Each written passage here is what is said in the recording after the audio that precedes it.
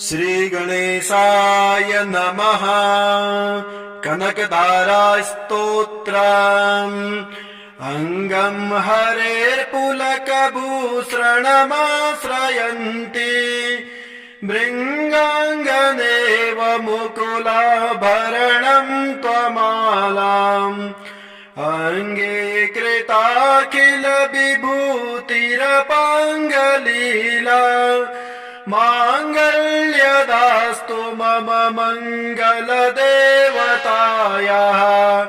मुग्धा मुहुर्विदधति वदने मुरारे प्रेमत्रपा प्रणिहितानि गतागतानि मालादृशोर्मधुकरीव महोत्पलेया सा मे श्रियम् दिशतु सागर सम्भवाया विश्वमरेन्द्रपद बिभ्रमदान्ददक्ष आनन्द हेतुरधिकम् मुरविद्विषोऽपि ईशन्निषीदतु मयि क्षणमीक्षणार्धम्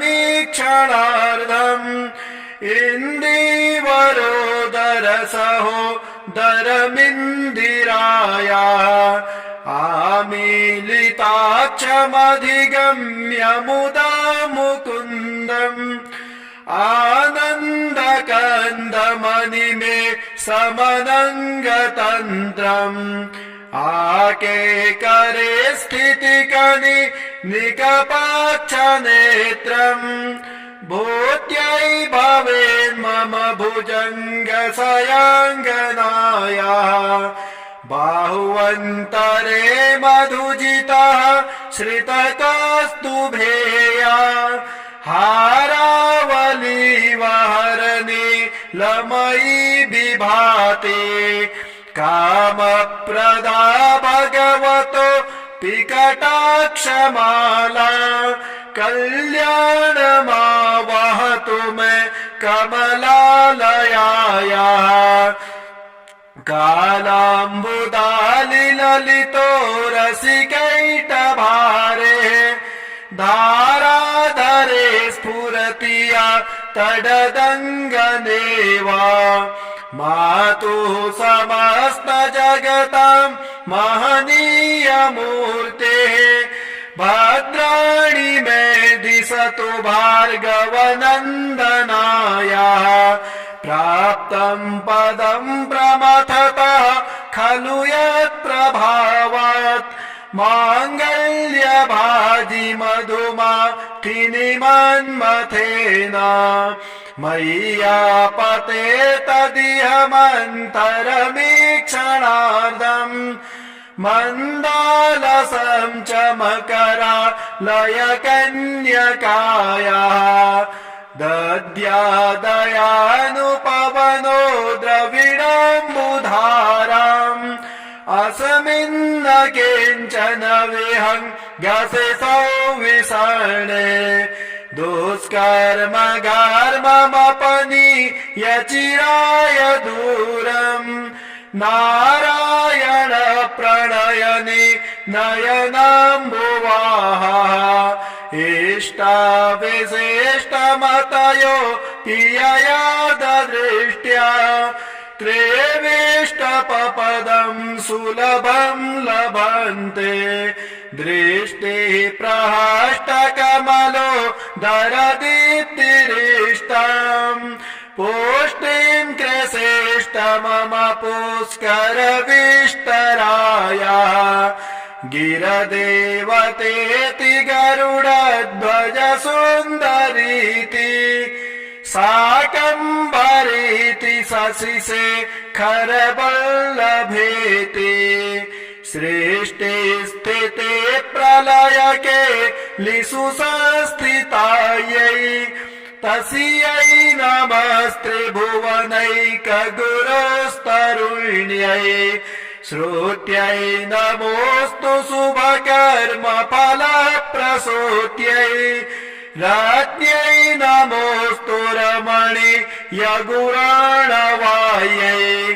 सत्यै नमोऽस्तु शतपत्रनिकेतनायै पुष्ट्यै नमोऽस्तु पुरुषोत्तमवल्लभायै नमोऽस्तु नालेकनिबाननायै नमोऽस्तु दुग्धोदधिजन्मभूम्यै नमोऽस्तु सोमामृतसोदरायै नमोऽस्तु नारायणवल्लभायै सम्पत्कराणि सकलेन्द्रियनन्दनानि साम्राज्यदानविभवानि सरोरुहाक्षि तदवन्दनानि दुरिता हरणोद्यतानि मामेव मातरनिशं कलयन्तु मान्ये यत्कटाक्षसमुपासनविधिः सेवकस्य सकलार्थसम्पदः शन्तनोति वचनाङ्गमानसौ त्वाम् मुरारी हृदयेश्वरे भजे सरसिजनिलये सरोजहस्ते धवलतमां सुखगन्धमाल्यशोभे भगवती हरिवल्लभे मनोज्ञे त्रिभुवनभूतिकरी प्रसीद मह्यम् दिग्धस्थितिभे कनककुम्भमुखावसृष्टा स्वरवाहिनी विमलचारुजुलत्प्लुताङ्गे प्रातर्नमामि जगतां जननीमशेषा लोकाधिनाथ गृहिणी ममृताब्धिपुत्रे कमले कमलाक्ष वल्लभे त्वां करुणापूरितरङ्गितैरपाङ्गै अवलोकय मामकिञ्चनानां प्रथमं पात्रं कृत्रिमं दयायाः स्तुवन्ति ये स्तुतिभिर्भूरिवहं त्रयेमये त्रिभुवनमातरं रमाम् गुणाधिकाराः गुरुतर भाग्यभागिनो भवन्ति ते भुवि बुधभावितास्याः नमोऽस्तु हेमाम्बुजपीठिकायै नमोऽस्तु भूमण्डलनायकायै नमोऽस्तु देवादिदयापरायै नमोऽस्तु सर्वाङ्गयुधवल्लभायै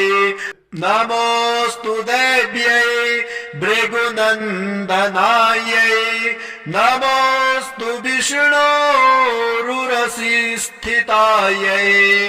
नमोऽस्तु लक्ष्म्यै कमलालयायै नमोऽस्तु दामोदरवल्लभायै नमोऽस्तु कान्त्यै कमलेक्षणायै नमोऽस्तु भूत्यै भुवनप्रसूत्यै नमोऽस्तु देवादिभिरर्चितायै नमोऽस्तु नन्दात्मजवल्लभायै देवे प्रसीद जगदेश्वरि लोकमातः कल्याणगात्रि कमले क्षणजीवनाथे दारिद्र्यभीतिहृदयम् शरणागतं माम् आलोकयत् प्रतिदिनं सदयैरपाङ्गै ॐ श्रीगणेशाय नमः। कनकधारास्तोत्रम् अङ्गं हरेर्पुलकभूषणमाश्रयन्ति भृङ्गाङ्गनेव मुकुलाभरणं त्वमालाम् अङ्गीकृताखिल विभूतिरा निजपाङ्गलीला माङ्गल्यदास्तु मम मङ्गलदेवतायाः मुग्धा मुहुर्विदधति वदने मुरारे प्रेमत्रपा प्रणिहितानि गतागतानि मालादृशोर्मधुकरीव महोत्पलेय सा मे श्रियं दिशतु सागरसम्भवाया विश्वमरेन्द्रपदविभ्रमदान्ददक्ष आनन्दहेतुरधिकं मुरविद्विषोऽपि ईषन्निषीदतु मयि क्षणमीक्षणार्धम्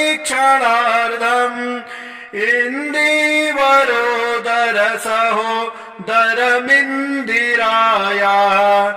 आमीलिताक्षमधिगम्य मुदा मुकुन्दम् आनन्दकन्दमणिमे समनङ्गतन्त्रम् आकेकरे स्थितिकनि निकपाक्षनेत्रम् भूत्यै भवेन्मम भुजङ्गशयाङ्गनाया बाहुवन्तरे मधुजितः श्रितकौस्तुभेया हारावलीवहरणे लमयी विभाते कामप्रदा भगवतो पिकटाक्षमाला कल्याणमावहतु मे कमलालयाया कालाम्बुदालिललितो रसिकैटभारे धाराधरे स्फुरतिया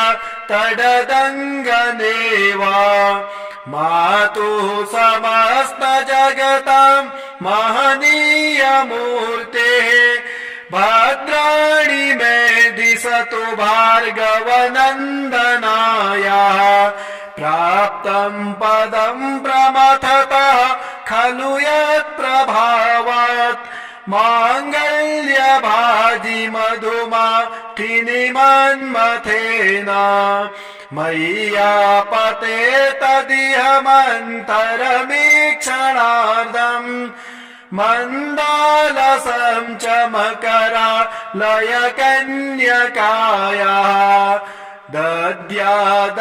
दद्यादयानुपवनो द्रविडम्बुधाराम्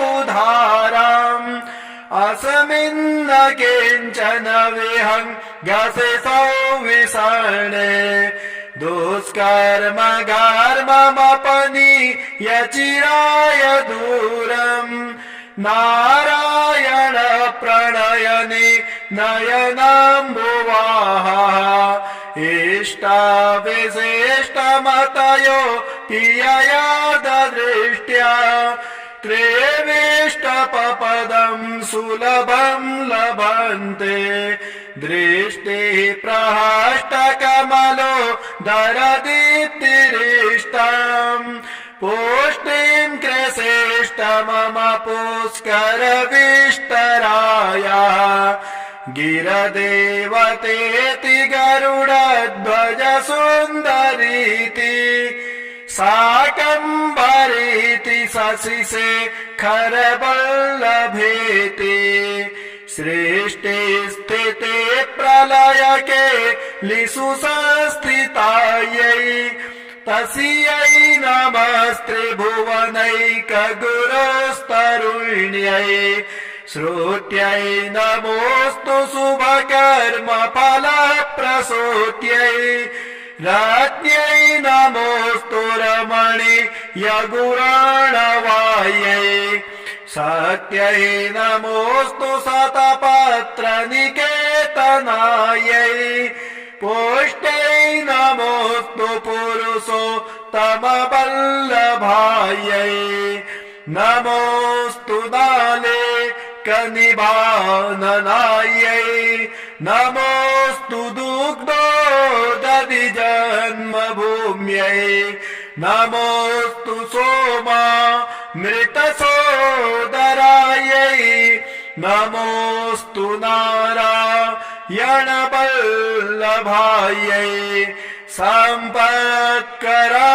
सकलेन्द्रियनन्दनानि साम्राज्यदान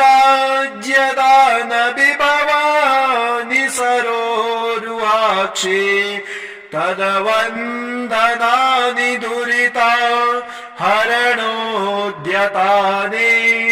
मामेव मातरनिशं कलयन्तु मान्ये यत्कटाक्षसमुपासनविधिः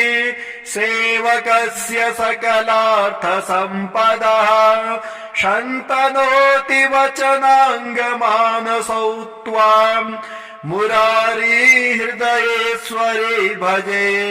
सरसिजनिलये सरोजहस्ते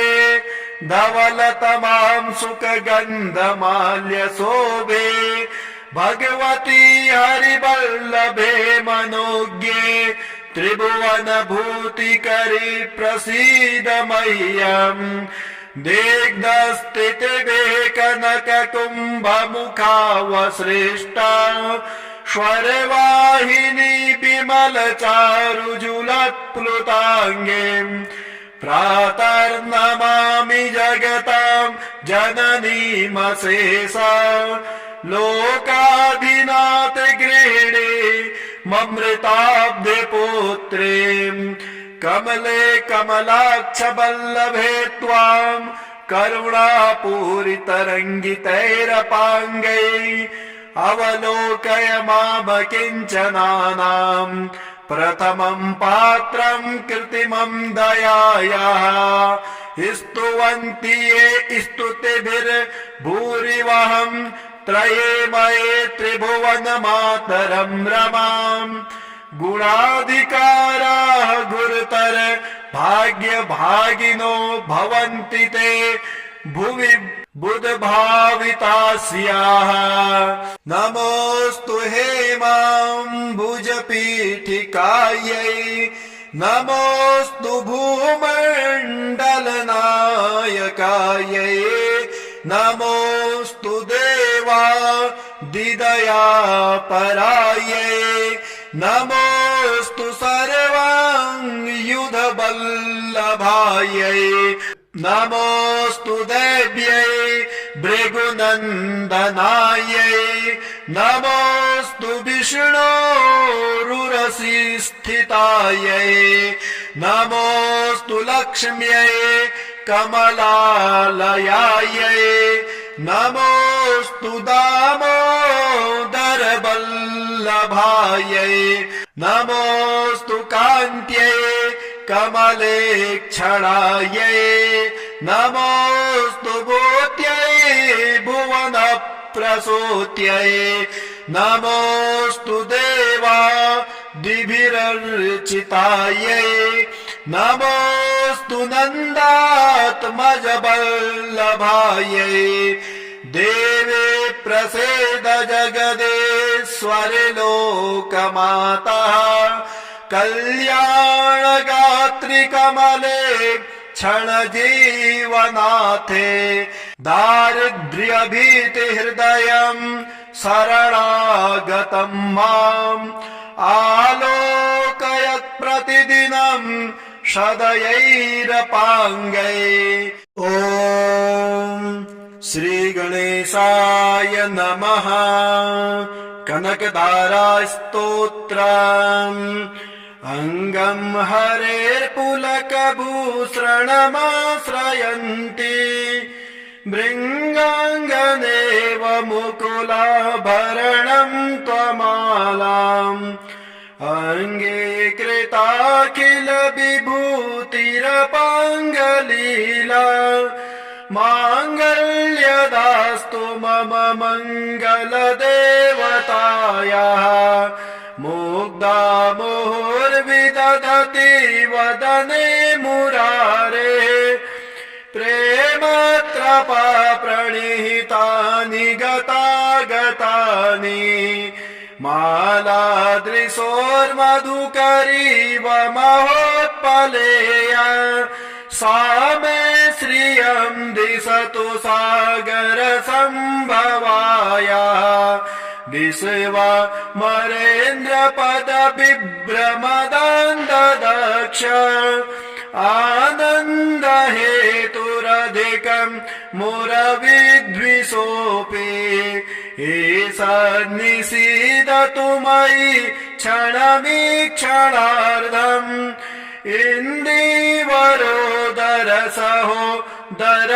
इन्दीवरोदरसहोदरमिन्दिराया आमीलिताक्षमधिगम्य मुदा मुकुन्दम् आनन्दकन्दमणिमे समनङ्गतन्त्रम् आकेकरे स्थितिकनि निकपाक्षनेत्रम् भूत्यै भवेन्मम भुजङ्गसयाङ्गनाया बाहुवन्तरे मधुजितः श्रितकौस्तुभेया हारावलीवहरणे लमयी विभाते कामप्रदा भगवतो पिकटाक्षमाला कल्याणमावहतु मे कमलालयाया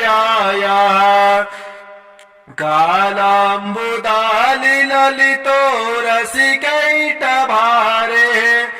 धाराधरे स्फुरतिया तडदङ्गनेवा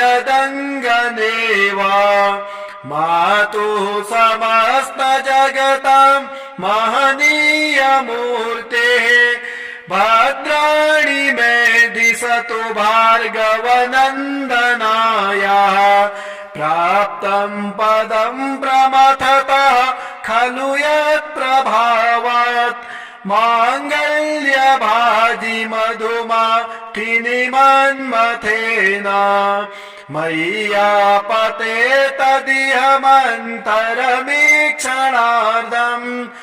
मन्दालसं च मकरालयकन्यकाया दद्यादयानुपवनो द्रविणाम्बुधाराम् अस्मिन्न किञ्चन विहङ्गसे सौविसर्णे दुष्कर्म घर्ममपनीय चिराय दूरम् नारायण प्रणयनि नयनाम्बुवाहा इष्टाविशिष्टमतयो पियया ददृष्ट्या त्रेविष्टपपदं सुलभं लभन्ते दृष्टिः प्रहष्टकमलो दरदीप्तिरिष्टम् पुष्टिं कृशेष्ट मम पुष्करविष्टराया गिरदेवतेति गरुडध्वज सुन्दरीति शाकम्भरीति शशिशेखरवल्लभेति सृष्टि स्थिते प्रलयके लिषु संस्थितायै तस्यै नमस्त्रिभुवनैकगुरोस्तरुण्यै श्रुत्यै नमोऽस्तु शुभकर्मफलप्रसूत्यै राज्ञै नमोऽस्तु रमणीयगुराणवायै सत्यै नमोऽस्तु शतपत्रनिकेतनायै पुष्ट्यै नमोऽस्तु पुरुषोत्तमवल्लभायै नमोऽस्तु दाले कनिभाननायै नमोऽस्तु दुग्धोदधि जन्मभूम्यै नमोऽस्तु सोमा मृतसोदरायै नमोऽस्तु नारायणवल्लभायै सम्पत्कराणि सकलेन्द्रियनन्दनानि साम्राज्यदान